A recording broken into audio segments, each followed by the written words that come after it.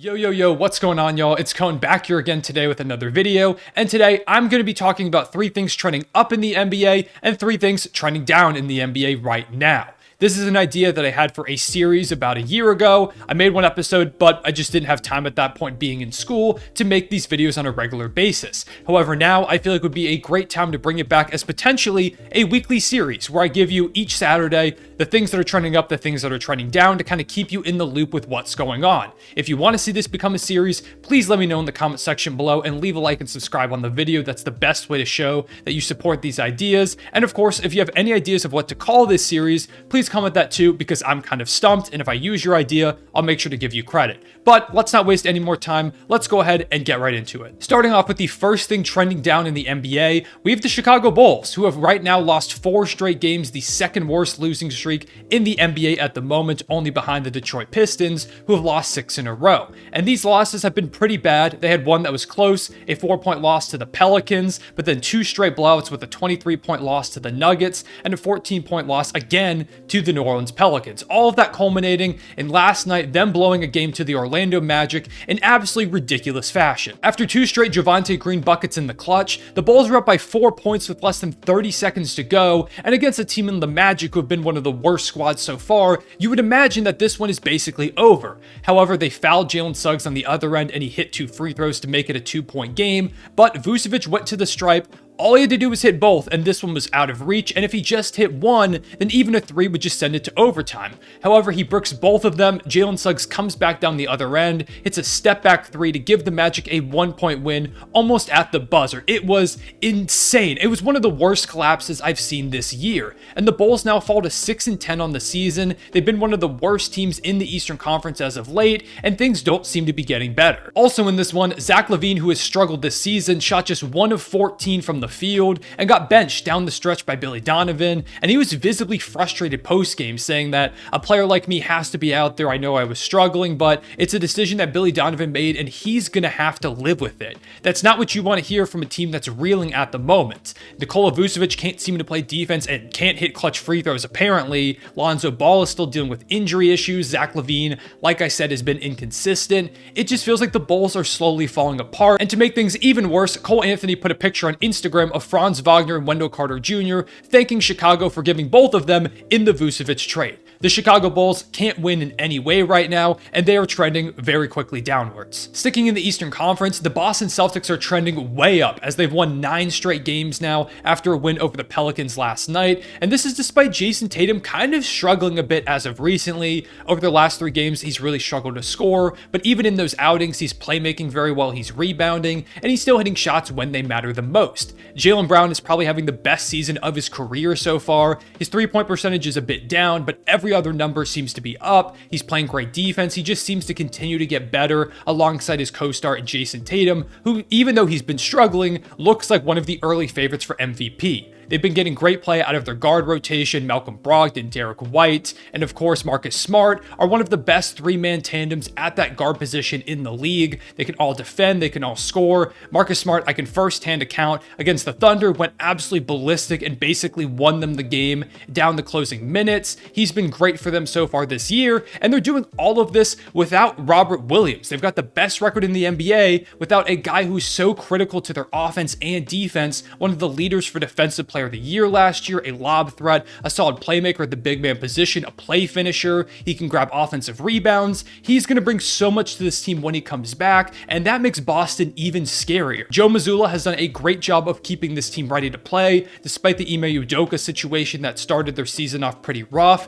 They've really figured things out quickly, working well in this new system, and haven't really missed a beat. A lot of young teams make it to a finals and kind of struggle to start the season, and even experienced teams do the same thing, but Boston has not done that whatsoever. They've been one of the most dominant teams in the NBA so far, probably the most dominant team we've seen by a mile, and Boston looks incredible to start the year. Sticking with the Eastern Conference, the Atlanta Hawks have had a pretty good season so far. They're 9-6 on the year, and this is despite Trae Young, who continues to be unable to score. He has really struggled to shoot the ball this season. He's still scoring 27 points per game, but he's shooting under 40% from the field and just 30.8% from deep. Trae Young is considered one of the best shooters of the ball in the entire sport. So to see this is pretty alarming and probably pretty shocking for a lot of people. In fact, Trae Young hasn't shot 50% or better in any of the Hawks' 10 last games. That's crazy for a guy like him who is so offensively gifted. Now you may be asking, what's the reason for this? And there are a couple that I can come up with. The first one, obviously, is that he's now playing alongside DeJounte Murray.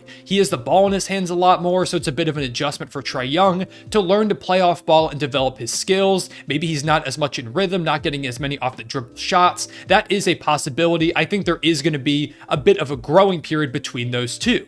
Then you've also got the lack of spacing around him. The Hawks this season are the 4th worst three-point shooting team in the league, and part of that is because Trae Young is struggling so much, but also John Collins is shooting around 23% from deep. He's missing the play of guys like Kevin Huerter, who's shooting 50% from deep for the Kings right now, which is absolutely absurd. Danilo Gallinari is no longer in the squad. Bogdan Bogdanovic, who hasn't yet returned from injury, he'll bring some scoring too, but missing those guys on the perimeter alongside DeJounte Murray, his backcourt partner, shooting about 32% from three, it's just harder for him to get open looks. He's not really getting the looks that he's used to. And Trae Young is kind of used to that because teams always throw a lot of pressure at him. He takes like half-court threes, he hits floaters, he's taking his usual shots, they're just not falling, even the wide open ones. Despite this, I'm 100% sure Trae Young will bounce back at some point this season. He's just too talented not to. And a bright side of this is that even though he's struggling to score, his playmaking is still 100% there, one of the better playmakers in the NBA,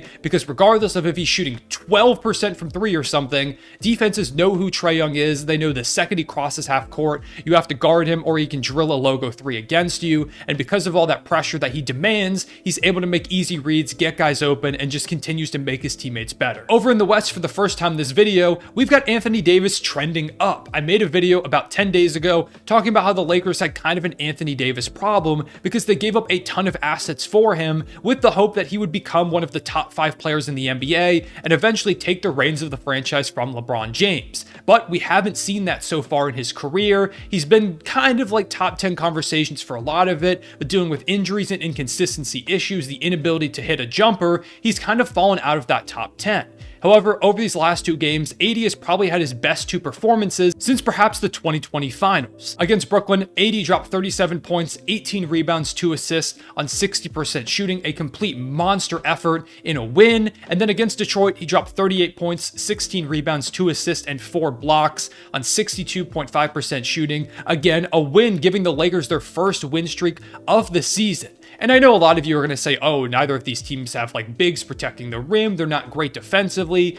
Regardless, these are still 2 monster games because we've seen AD go up against teams in the past that don't have great interior defense, and he's just still been kind of passive, settled for a lot of jumpers, and when he does settle for those jumpers, he doesn't hit them. In these past 2 games, AD has been aggressive. He knows what he has to do. Without LeBron James in the lineup due to an injury as of recently, he knows that they need him more than ever to step up and be aggressive, be the player that they traded all those assets for. That's what he's done in these last 2 games, alongside, of course, playing phenomenal defensive player of the year level defense. If he can keep this up, if they can keep getting this type of play from Anthony Davis, it goes a long way to the Lakers turning around their season. Now, I still do think they have to make some big trades to make any type of noise, but they're not too far out of the playoff conversations, with the Western Conference being super packed together in the middle right now. If AD can continue to step up his game, LeBron comes back, and maybe they make a few moves, they could be right back in contention for a play-in spot. The final trending down of the video are the Cleveland Cavaliers, who started the season blazing hot, going 8-1, but as of recently, they've really struggled, losing 5 straight games before a win last night against the Charlotte Hornets, but that was a win that was way more difficult than it had to be. The Cavs had a collapse that was somehow worse than even Chicago's, as they were up 6 points with less than 30 seconds to go, but due to a couple awful turnovers and letting Terry Rozier hit a crazy 3 with 1 second left, this game went to overtime and eventually to double overtime before Cleveland finally pulled away, winning by 10 points after 2 OTs.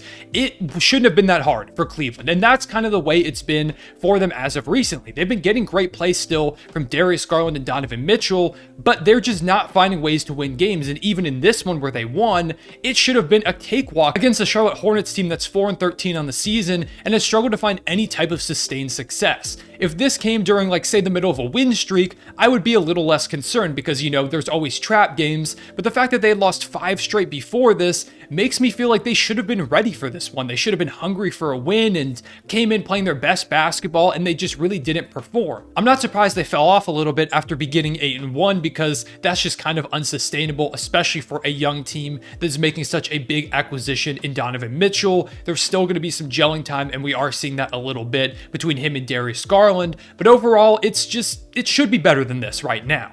They also have a huge stretch coming up where they have a chance to get back on track and prove themselves against a lot of really tough teams. The Hawks, the Heat, the Blazers, and the Bucks consist of their next 4 games. If they can get a few wins in that stretch, it'll go a long way to them reestablishing themselves as one of the best teams out east. For our final trending up of the video, we have Joel Embiid, who has been dominating the league over the past week. Him and the Sixers got off to a bit of a rough start, not able to find really much of a rhythm. Then he missed some time with an illness, and then James Harden, all of a sudden he's out for a month, and Embiid all of a sudden had so much pressure on his shoulders coming back from missing time. He figured it out very quickly though, dropping 42 points, 10 rebounds, and 6 assists against the Hawks about a week ago, and then on the exact next night, he had one of the greatest games in NBA history individually, dropping 59 points, 11 rebounds, 8 assists, and 7 blocks, almost a 60-point quadruple-double in a win over the Utah Jazz. And then last night against the Milwaukee Bucks, without James Harden and without Tyrese Maxey for half the game,